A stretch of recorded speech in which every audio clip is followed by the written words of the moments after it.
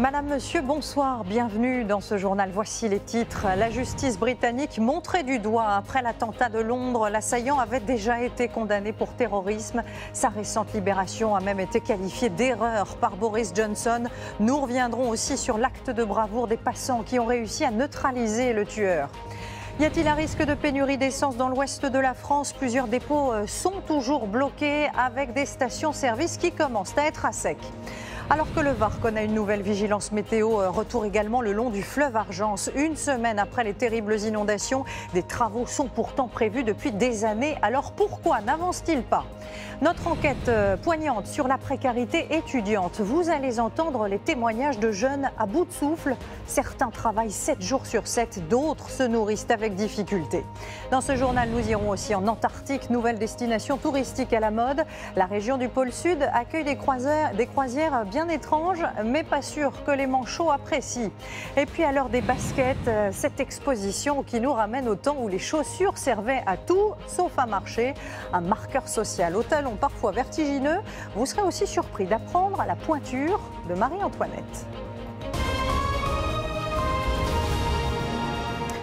C'est donc avec stupeur que les Londoniens ont appris le passé judiciaire de l'auteur de l'attentat d'hier, un homme déjà condamné en 2012 pour terrorisme. Nous allons y revenir dans un instant, mais commençons par ce qui a fait aussi la une des journaux outre-Manche, la bravoure des passants qui ont neutralisé le tueur. Une scène que de nouvelles images nous permettent de mieux comprendre. Henri Dreyfus et Régis Rouanet. Sans eux, le bilan du drame aurait sans aucun doute été beaucoup plus lourd. 7 hommes au comportement héroïque. Les voici qui font reculer l'assaillant. Dès le début de l'attaque, l'un d'eux s'est saisi d'une défense de narval, une corne de cétacé trouvée sur place. Un autre passant, armé d'un simple extincteur, lui vient en aide. Ils réussissent à immobiliser Ousmane Khan. Certains sont d'ex-détenus qui se trouvaient dans le même bâtiment que l'assaillant. Ils assistaient à une conférence sur la réinsertion des prisonniers. Une fois le meurtrier immobilisé, 2 guides touristiques sortent de leur voiture et le désarment. On voit ici l'un d'eux s'éloigner avec le couteau. Quand je suis arrivé sur place, le type avait un couteau dans chaque main. L'un d'eux était scotché sur sa main. On l'a maintenu à terre comme on pouvait. Moi, j'essayais de taper aussi fort que possible sur son poignet afin qu'il lâche son couteau. Une poignée de secondes avant que les policiers ne se précipitent sur l'assaillant. Ils distinguent une ceinture d'explosifs et ne savent pas encore qu'elle est factice. Après avoir éloigné les passants, ils tirent à 3 reprises et tuent à bout portant Ousmane Khan. Scotland Yard salue aujourd'hui l'aide précieuse de ses citoyens. La bravoure de ces héros ordinaires fait aujourd'hui la une de tous les médias anglais et renforce encore un peu plus le sentiment de fierté nationale. Encore sonnés par cet attentat, les Anglais sont impressionnés par le courage de ces anonymes. Pouvez-vous imaginer être attaqué sans que personne ne vous aide? Il y a tellement de gens dans la rue, c'est normal de s'entraider. Ce comportement, c'est ce qu'on attend d'une ville comme Londres. On est des résistants ici. Je ne sais pas si j'aurais eu le courage de le faire, mais c'est formidable. Saluant cette prise de risque incroyable, de nombreux Londoniens militent ce soir pour que ces 7 héros soient prochainement décorés. Et on vient de l'apprendre à l'instant, le groupe État islamique revendique donc cette attaque qui, je vous le rappelle, a fait 2 morts. On va revenir justement sur le profil de l'auteur des faits. Et sur ce sujet, vous allez le voir, la polémique est en train de monter. L'homme avait déjà été condamné pour terrorisme. Il n'aurait pas dû être libéré, selon certains, à commencer par le Premier ministre lui-même. Les débuts de l'enquête montrent même une série de dysfonctionnements. Benoît Cristal. Un islamiste bien connu des services de renseignement britanniques. Ousmane Khan avait déjà été interpellé en 2010. Le voici avec ses complices à l'époque, alors qu'il préparait un attentat contre la bourse de Londres. Ce groupe, proche d'Al-Qaïda, récoltait aussi des fonds pour créer un camp d'entraînement au Pakistan. Depuis 1 an, Ousmane Khan vivait pourtant libre dans cette maison, sous contrôle judiciaire, équipé d'un bracelet électronique. Le gouvernement anglais a bien de la peine à expliquer pourquoi ce terroriste n'a passé que 8 ans derrière les barreaux. Nous sommes déterminés à aggraver les peines des prévenus très dangereux. Et j'affirme que les gens condamnés à de longues peines doivent effectuer chaque année de détention décidée par les juges. Quel est le dysfonctionnement qui a permis aux terroristes de passer à l'acte hier dans ce bâtiment où ils participaient à une séance de réhabilitation d'anciens détenus? Arrêté en 2010, il est condamné en 2012 à une peine indéterminée, un régime spécial pour les djihadistes dangereux, libérable uniquement sur décision d'une commission. Coup de théâtre en 2013, le gouvernement Cameron annule ce régime des peines indéterminées. Ousmane Khan en profite pour faire appel. Il est condamné à 16 ans de prison. Libéré en 2018, automatiquement sur parole, sans même passer devant un juge. Les experts crient au scandale judiciaire. C'est comme jouer à la roulette russe avec la vie des citoyens. Car on ne peut pas contrôler ces individus une fois qu'ils sont sortis de prison. Leur mettre un bracelet électronique à la cheville ne les empêchera pas de tuer des gens. Pour l'heure, les enquêteurs affirment qu'aucun complice n'est recherché. Ousmane Khan aurait agi seul. Mais comme lui, des dizaines de militants du groupe terroriste auquel il appartenait ont été libérés depuis 1 an et demi. Revenons maintenant en France avec ce moment d'émotion ce matin dans la petite commune de Mirepoix-sur-Tarn. Près de 2 semaines après l'effondrement du pont, les enfants de l'école ont tenu à organiser cette marche silencieuse. Ils ont déposé des fleurs à la mémoire du conducteur du camion et de l'adolescente qui sont tous deux décédés dans cet accident. L'actualité de ce samedi, c'est aussi cette inquiétude dans l'Ouest et en Bretagne. Y a-t-il un risque de pénurie d'essence? Ils sont nombreux, vous allez le voir, à se poser la question. Plusieurs dépôts de carburant sont toujours bloqués. Mais faut-il pour autant prendre d'assaut les stations-service?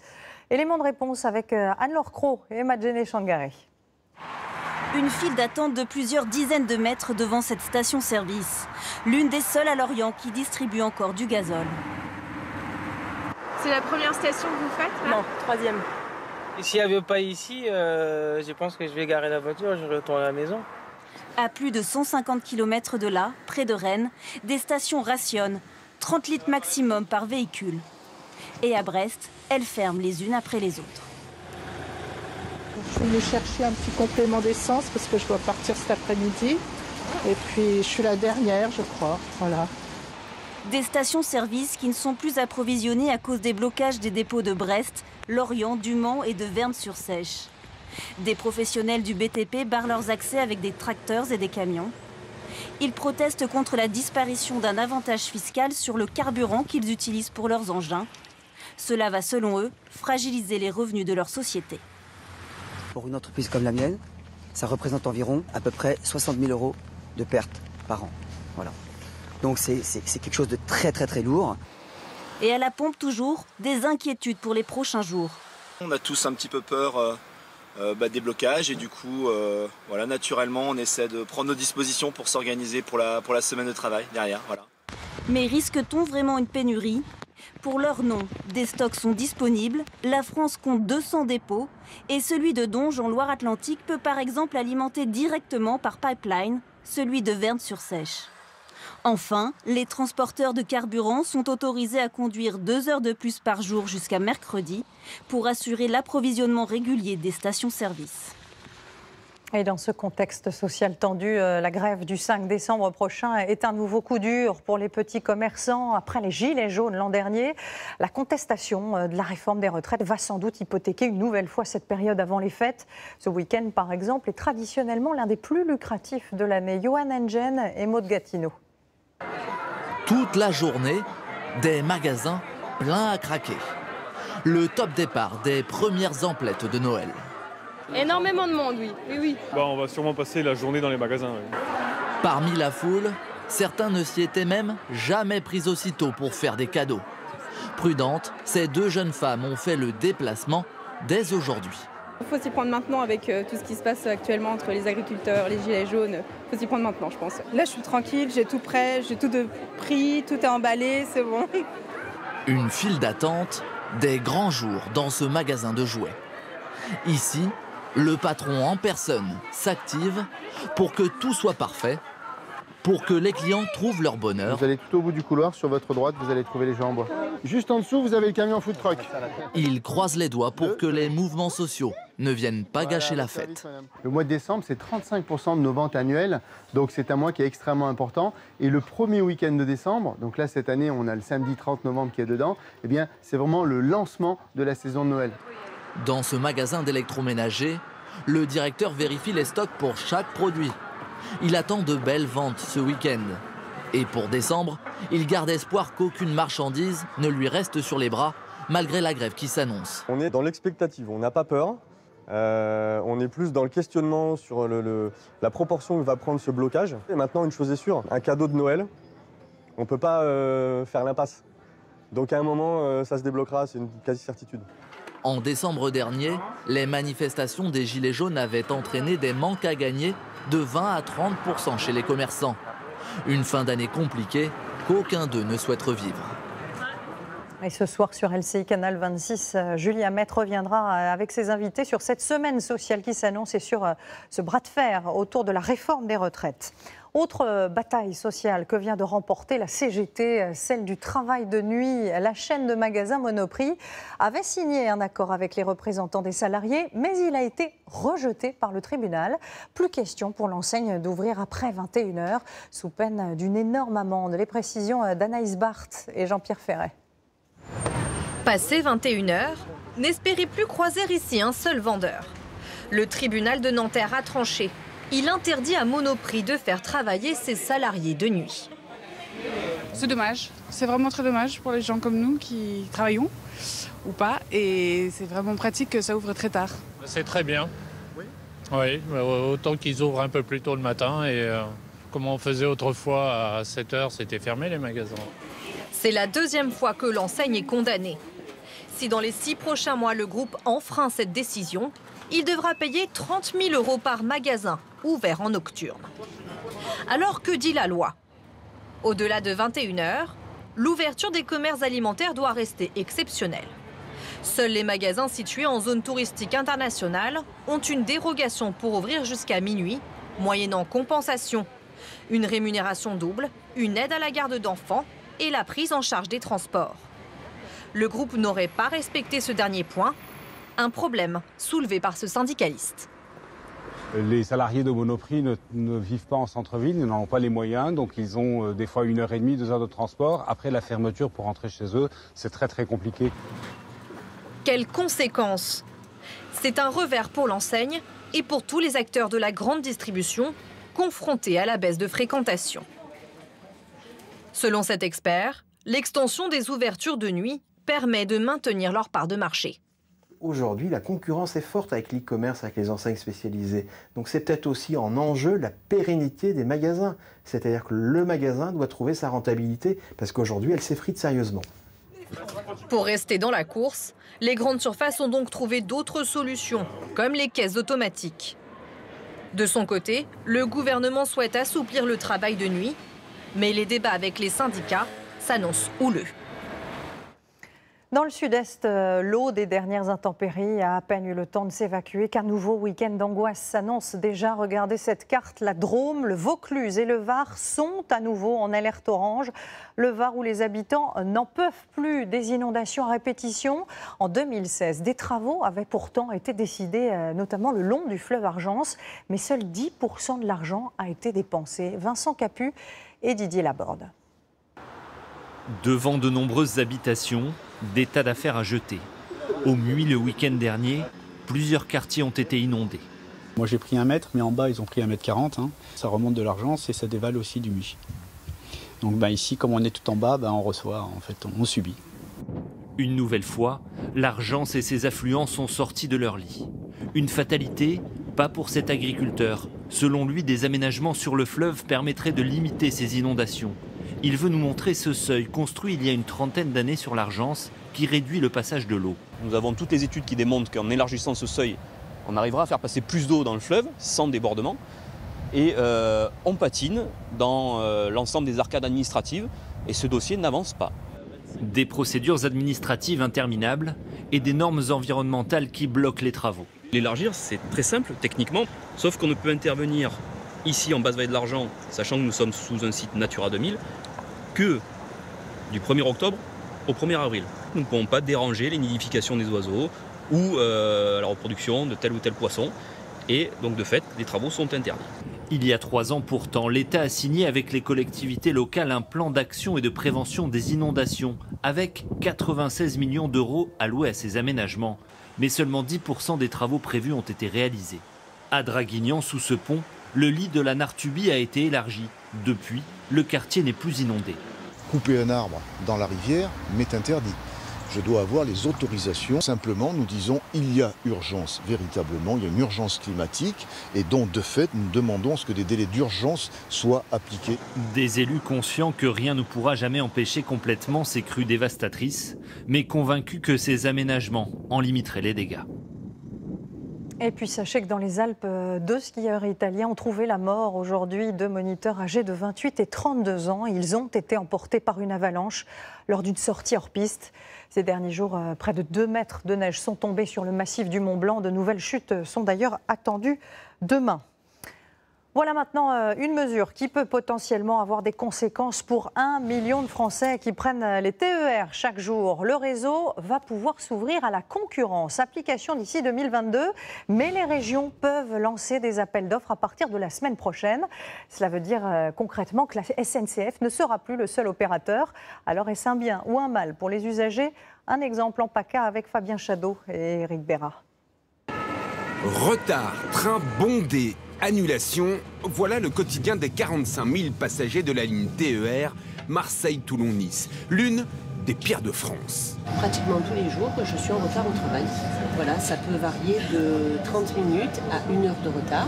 Hier, c'était la folie. Hier, il y avait 3 trains de supprimés ou en retard. On est resté à quai pendant 40 minutes sans explication. Seulement 80% des trains arrivent à l'heure quand la moyenne française est à 95%. Et les annulations, elles sont ici 2 fois plus élevées que dans le reste du pays. Pour améliorer la ponctualité, la fréquence, la qualité du service, la région annonce qu'elle va ouvrir l'exploitation de la ligne à la concurrence.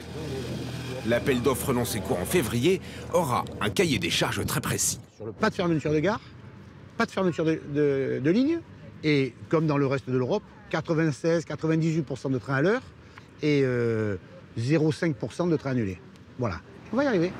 Pour décrocher le contrat, les concurrents devront faire face à l'un des points noirs de cette ligne. Sa vétusté avec seulement un atelier pour assurer la maintenance des équipements de toute la région. On se retrouve très fréquemment avec des situations où il manque du matériel. On était un des seuls ateliers en France qui ne fonctionnait pas la nuit. Tant qu'on a commencé à dire aux agents qu'il fallait travailler la nuit, beaucoup d'agents ont dit c'est pas possible, c'est pas par rapport à mes contraintes, je refuse de travailler la nuit, on doit pouvoir faire autrement. Les clients, eux, attendent beaucoup de l'arrivée de ces nouveaux opérateurs. Que les trains soient à l'heure et qu'ils ne soient pas supprimés. Seront-ils entendus? Réponse dans plusieurs mois, car les premiers TER ouverts à la concurrence ne circuleront pas avant 2022. Ce chiffre à présent, 1 étudiant sur 5 vit aujourd'hui sous le seuil de pauvreté en France. Une réalité qui est revenue à la une de l'actualité après l'immolation d'un jeune homme à Lyon il y a quelques semaines. Plusieurs universités vont d'ailleurs à nouveau se mobiliser dans les jours qui viennent car la situation est, vous allez le voir, devenue intenable pour certains. Vous allez entendre des étudiants épuisés, à bout de force, qui vivent avec quelques euros seulement par jour. Une enquête signée François-Xavier Ménage et Cassien Masquier. Regardez. Faire la fête le week-end, pas pour cette étudiante en droit. Tous les samedis, tous les dimanches, elle travaille dans cette boulangerie. 15 heures en 2 jours, payée au SMIC, avec des réveils parfois très matinaux. Ce matin, je me suis levée à 4h40 parce qu'il n'y avait pas de train sur la ligne L. Donc j'ai dû prendre le bus. Le reste de la semaine, Océane jongle avec 25 heures de cours et des révisions soutenues à la maison. Ça fait plus de 2 ans que je fais du 7 jours sur 7. Donc c'est très compliqué. Au niveau de la fatigue, c'est très compliqué parce que j'ai pas de week-end, j'ai jamais de week-end au final, à part 3 semaines au mois d'août, quand la boulangerie ferme. Elle gagne 450 € par mois. Et comme il y a parfois des examens le week-end, son employeur est du genre conciliant. J'ai un partiel le matin, donc il faut que je sois de l'après-midi. Ça marche, pas de souci. Tu veux commencer à Océane s'estime chanceuse, elle a décroché ce job malgré une très forte concurrence. Quand on poste une annonce sur le site de job d'étudiants, on a à peu près 150 CV pour une offre. Donc c'est un peu difficile, on voit plein de cas, mais je pense que c'est très compliqué pour eux. L'étudiante loue une chambre près de Nanterre, en banlieue parisienne. 520 €, charges comprises. Alors la chambre, elle fait 15 mètres carrés. Voilà, le bureau, espace de travail, et c'est également là où je mange, une armoire pour mes affaires, et puis mon lit, voilà, donc simplement une chambre étudiante. Juste au-dessus des critères, elle n'a pas le droit aux bourses, alors ses parents lui donnent un coup de main pour le loyer. Pour le reste, c'est très serré. Je ne mange pas de viande rouge, voilà, j'essaye de prendre des choses qui sont quand même correctes. J'essaye aussi de m'arranger. Donc ça fait environ 5 € par jour pour manger. Maintenant, j'arrive à manger à ma faim à chaque repas et pour moi, c'est l'essentiel. Pour les transports, c'est une trentaine d'euros par mois pour se rendre tous les jours à la fac. Ça veut dire 1h30 aller-retour par jour, quand tout va bien, ce qui est très rare. Début d'après-midi, avant les cours de droit public à la Sorbonne. Moi aujourd'hui, quand je vais en cours ici, dans un bâtiment qui est incroyable, avec des professeurs incroyables et une formation qui est génialissime, je me dis que oui, travailler le week-end c'est fatigant pour payer tout ça, mais c'est une fierté. Angélique, elle étudie l'agro-industrie. Brillante, elle a eu son bac à 15 ans. Pour se nourrir, elle vient dans cette épicerie solidaire qui fonctionne surtout grâce à des dons. Donc là, normalement, c'est 1/10 du prix que ce que l'on paye en supermarché. Donc généralement, un paquet de pâtes comme ça coûte environ 1 €, 1,20 € le kilo. Et ici, donc j'ai un paquet de 500 grammes pour quelques centimes seulement. Comme un tiers des étudiants, Angélique est boursière. Ses parents ne pouvant pas l'aider, chaque début de mois, une fois le loyer payé, il lui reste 100 € pour vivre. Si on est tout le temps en train de s'inquiéter à comment on va faire pour financer notre prochaine année d'études, comment faire pour trouver le prochain logement, c'est vrai que ça fait beaucoup de charge mentale qui ne serait pas là si on n'était pas dans une situation financière assez instable. Vous êtes épuisé ? Oui. Face au nombre grandissant d'étudiants précaires, l'épicerie est obligée de rationner les produits. Donc il faut savoir qu'on est dans une période très critique en ce moment où on n'arrive plus du tout à répondre à la demande. Donc les bénéficiaires viennent le mercredi, donc le jour de notre livraison. Et pour les retardataires, donc qui arrivent à partir de 18h30, il n'y a vraiment plus rien. En 2 mois, 70 nouveaux étudiants inscrits. Tous font face à de grandes difficultés financières.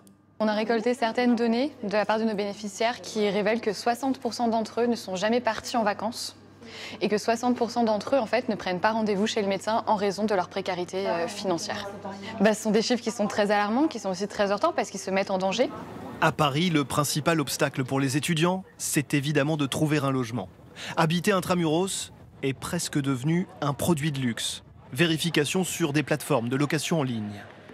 Il suffit de quelques clics sur Internet pour trouver des chambres étudiantes à des prix, c'est vrai, parfois incroyables. 10 mètres carrés, 715 €. Ici, on est à 750 € pour un 12 mètres carrés. Et encore mieux, 950 € pour un 9 mètres carrés. Et puis espérer avoir une place en résidence universitaire, c'est très compliqué. Regardez, 322 000 étudiants à Paris pour seulement 7 300 places en Crous. Ça fait une chance sur 44. Eux n'ont même pas tenté de trouver un logement à Paris. Ces 3 étudiants en master de paléontologie à Jussieu habitent à presque 2 heures de transport. Victor réside à Chartres. Marina, elle, vient de Lille. Voici l'heure de son réveil, du lundi au vendredi matin. Il sonne à 5h15. On essaye de gratter des minutes. Et vous arrivez en cours à quelle heure ici ? À 9h. On dort dans les trains et on fait nos devoirs dans les trains. Vous êtes comment physiquement en ce moment ? Très fatiguée. C'est-à-dire ?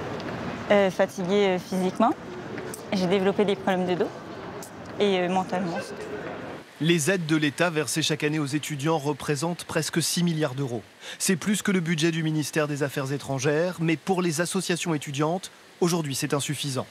On parle souvent de dépenses. Et aujourd'hui, l'enseignement supérieur, ce n'est pas une dépense, c'est un investissement. C'est-à-dire qu'il y a de nombreuses études qui montrent que quand on investit 1 € dans l'enseignement supérieur, il y a un retour sur investissement de 3 € pour le pays. Et donc voilà, ce qu'on dit, c'est n'ayons pas peur d'investir dans ce qui va nous permettre de construire un pays qui est plus fort, avec des diplômés, pour lutter contre le chômage, etc. La précarité étudiante, le dossier est désormais politique, alors que plusieurs facs pourraient être bientôt bloquées. Eux ne sont pas encore à l'université, mais ils apprennent déjà très concrètement leur métier dans certains lycées professionnels. Les élèves, vous allez le voir, sont confrontés à de vrais clients et ça change tout au niveau de l'apprentissage. Gaëlle Charnet et Eric Napi. Vous croyez déambuler dans les allées d'un pépiniériste. Mais pour vous conseiller... Combien de tchak à peu près ? Il me faut 3 Dandina Domestica. Portez vos emplettes et même les faire tenir dans votre voiture. Demandez Arthur ou Pauline, 16 ans à peine. Le fait de faire de la vente, ça nous l'apprend. Et ça c'est super parce que quand j'ai postulé ici, je ne pensais pas être en contact avec des clients. Ils auront toujours le temps. C'est ce qui attire les clients de ce lycée horticole. Mais il y a aussi les prix, 20 à 50% moins cher selon les produits. Une bonne affaire quand on cherche à fleurir tout son jardin. 71 € et 55 centimes, s'il vous plaît, madame. Je ne vais pas citer une autre enseigne. Bon, j'en aurais pour beaucoup plus cher. Hein. Des étudiants qui parfois viennent jusque chez vous. Pour vous livrer, vous installez un dressing par exemple, sous l'œil expert de leur enseignant en menuiserie. À ton avis, c'est pareil? Je pense qu'on est mieux que l'autre côté. 5 mm. Ça fait plaisir, au moins on voit le projet qui se finit chez le client et tout. On va directement chez le chantier et on pose comme ce dressing là. Ouais, je suis content de moi là, ce que j'ai fait. Voilà. Des apprentis fiers de leur ouvrage et un client qui réalise 20% d'économie pour s'offrir le meuble dont il rêvait. Ça vous plaît? Oui, ça me plaît beaucoup. Ouais. Mais avec une contrepartie, les élèves seront forcément moins rapides qu'un professionnel. Les jeunes ont des cours de matière générale, il y a les congés scolaires aussi, donc automatiquement, par rapport à une entreprise, on a un délai de réaction un petit peu plus long, quoi. On peut être entre 5, 6, 7 semaines de délai, tout dépend des travaux. Et seriez-vous prêt à confier votre corps? Certains avouent avoir eu quelques réticences. Il faut leur faire confiance. Ils sont en train d'apprendre. Ils sont bien formés. Dans cette école d'ostéopathe, la consultation coûte entre 15 et 20 €, 2 fois moins cher que chez un professionnel. Et du coup, tu fais un traitement beaucoup plus mécanique. Donc ça, c'est bien. Et soyez rassurés, juste derrière ces élèves de 5e année, il y a les pros. Après, là, ils sont quasiment autonomes, on va dire. En fin de 5e année, ils commencent à être plutôt bien. Dans quelques mois, ils seront diplômés, ouvriront leur cabinet comme Marie. Elle est faite pour ça. Parce qu'elle a la technique et l'approche psychologique. Une manière de mettre en pratique la théorie et de conquérir déjà leurs futurs patients. Sa silhouette est bien connue des Marseillais et pourtant elle va bientôt disparaître. La prison des Baumettes a une triste réputation, mais elle fait aussi partie de l'histoire de la ville. Alors quand il a été décidé de la fermer puis de la détruire, l'administration pénitentiaire a proposé des visites aux habitants. Visites à guichet fermé. Les dernières ont eu lieu aujourd'hui. Reportage Thibaut Malandrin et Sébastien Maloiseau. Pour une fois en prison, les portes s'ouvrent sans clé. Les femmes et les hommes sont mélangés. On recommande l'utilisation du téléphone portable et les enfants sont plus que bienvenus.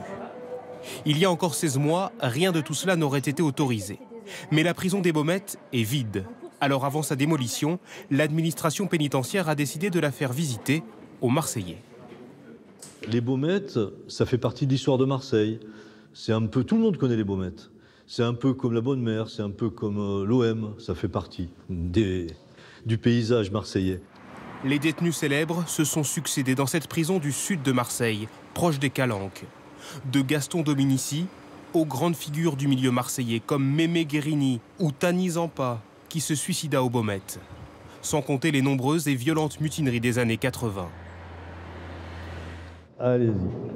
C'est plus au calme que les visiteurs vont suivre le parcours du détenu qui arrive en prison. On va lui attribuer un numéro d'écrou. Passage par le greffe où l'on prend les empreintes digitales du nouvel arrivant. Les empreintes, bon, c'est de l'encre, hein. Donc on donne un chiffon au détenu pour qu'il s'essuie, mais parfois, oui, monsieur, par exemple, vous voyez les traces sur le mur. Et dans le groupe, un visiteur connaît déjà les lieux. Ça me rappelle des souvenirs, oui. Il a été surveillant aux Baumettes pendant plusieurs années. Pour aller travailler, on passait devant, donc on voyait nos futurs clients. Aujourd'hui, à l'abandon, le quartier dit des Baumettes 1 a accueilli jusqu'à 1800 détenus. Depuis sa fermeture en juin 2018, l'administration pénitentiaire n'a touché à rien. C'est donc un bâtiment presque dans son jus que les visiteurs peuvent découvrir. Elle a été déplacée de quelques mètres. La guillotine inspire à nos prisonniers d'un jour effroi et curiosité. 3 des 4 derniers exécutés en France ont eu la tête tranchée par cette lame. La dernière exécution en France, elle a eu lieu aux Baumettes. C'était en 77, c'est un détenu qui s'appelle Jean Doubi. À l'étage du dessus, les cellules semblent attendre leurs occupants de retour de promenade. Prévues pour 2, elles accueillaient le plus souvent 3, voire 4 détenus. C'est trop petit. Je trouve ça touchant comme lieu. J'arrive pas à m'imaginer ce qu'ils pouvaient ressentir en étant ici Pendant des mois.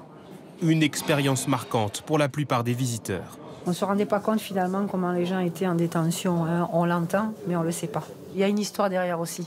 Voilà, j'avais besoin de voir certaines choses de près. Voilà. On a été proche d'un détenu, j'imagine, qui a connu ça. Exactement, donc j'ai voulu voir. Donc c'est difficile. Les détenus occupent aujourd'hui un bâtiment moderne voisin, les Baumettes 2. Le quartier historique, lui, va être rasé. Ses coursives, ses cellules, ses messages laissés par les détenus vont disparaître. La fin d'une des prisons les plus vétustes de France. Il y a aussi la nécessité de fermer, il y a des conditions de détention qui étaient absolument abominables et des conditions de travail de fait qui n'étaient pas acceptables pour les personnels. Donc il est temps qu'une page de l'histoire se tourne. Une page qui se tourne sous l'œil de ces quelques témoins privilégiés. Au-delà d'une simple visite, c'est une invitation à réfléchir sur l'univers carcéral en France. Dans un tout autre genre, voilà une visite qui peut aussi sembler bien incongrue. L'Antarctique est sans doute l'un des lieux les plus froids, les plus venteux et les plus hostiles de la planète. Mais cette région du pôle Sud a récemment vu arriver des bateaux de croisière. Un nouveau tourisme qui pose évidemment bien des questions. Laura Ada. À leur arrivée, le spectacle était époustouflant. Des paysages de glace à perte de vue, à l'extrême sud du globe. C'est incroyable. Voilà, totalement incroyable. Et donc, c'est un bonheur que d'y être. Petite poussière. Ces touristes participent à une croisière, à la découverte d'un continent hostile, jusqu'alors inaccessible au grand public. On comprend encore mieux quand on vient ici à quel point c'est important que cela reste comme tel. Et je pense qu'il faut que peu de personnes viennent ici à terre. Il faudrait que cela reste comme ça, protégé, inhabité, seulement pour les animaux. Ce jour-là pourtant, 430 passagers accostent sur la banquise. Les organisateurs ont tout prévu. Des séances de nettoyage des chaussures et des vêtements pour éviter de contaminer une faune déjà fragilisée. Un trajet balisé pour faciliter l'ascension des touristes. Comme vous pouvez le voir, nous avons dessiné une route en zigzag pour que ce soit plus facile de monter. La compagnie inaugure un tout nouveau bateau à moteur hybride. Sur le papier, la croisière se veut écologique et pédagogique. Au programme, des conférences et des expériences autour du réchauffement climatique. L'Antarctique a pris 3 degrés en un demi-siècle et perdu 15% de sa superficie. À bord, certains voyageurs ont mauvaise conscience. Une touriste quand même qui ressent une certaine culpabilité de me dire que j'ai pris l'avion pour venir ici, je circule sur un bateau, bon, même s'il consomme moins que les autres et s'il n'y a plus de bouteilles en plastique, on a quand même une empreinte voilà, qu'on peut pas nier. Le bilan carbone est lourd, 5 tonnes de CO2 par passager, l'équivalent de la production annuelle d'un Français. Le séjour est accessible à partir de 7 000 €. Près de 80 000 personnes sont déjà inscrites cette année. Et que l'on soit sur la banquise ou sur la terre ferme, cela fait maintenant des millénaires que l'homme a adopté un accessoire fort utile qui s'appelle la chaussure. Une exposition Marche et démarche lui est consacrée en ce moment au Musée des Arts Décoratifs à Paris. Mais attention, le soulier n'est pas qu'utilitaire.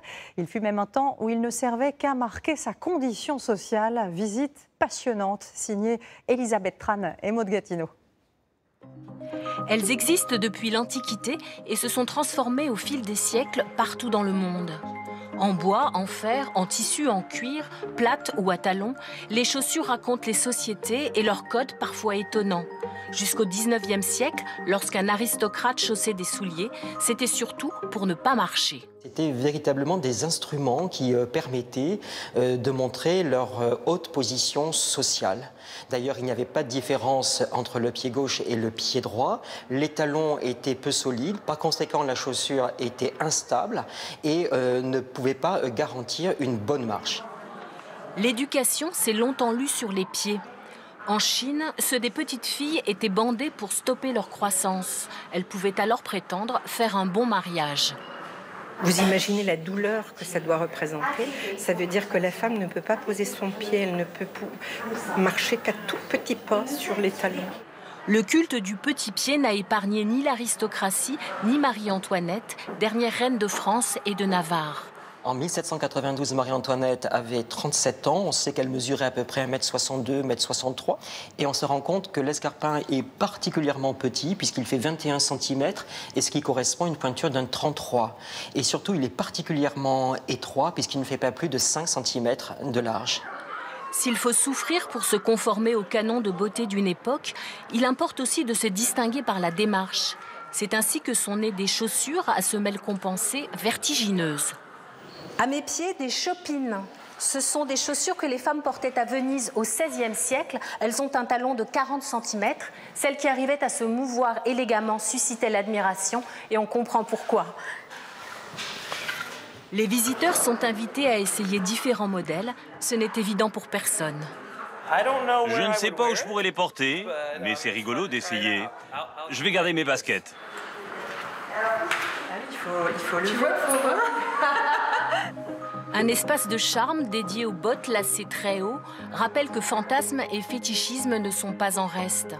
La chaussure a toujours stimulé l'imagination. Plus qu'un objet de mode, elle fait un pas du côté de la création artistique. Un mot de football avec ce tirage au sort tant attendu de l'Euro 2020, compétition à suivre en juin prochain sur TF1 et la tâche s'annonce extrêmement difficile pour la France. La France qui tombe dans le groupe de l'Allemagne et du Portugal, respectivement champion du monde 2014 et champion d'Europe en titre. Le groupe le plus difficile selon Didier Deschamps. Et puis, avant de refermer cette édition, nous voulions rendre hommage à l'un de nos confrères de France 2 qui nous a quittés hier.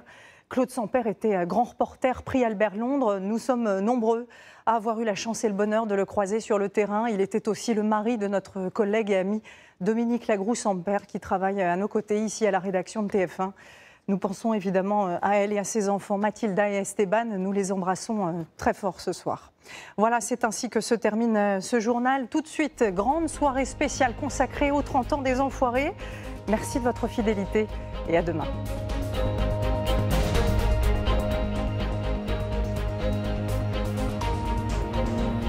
Retrouvez toute l'info sur LCI, canal 26.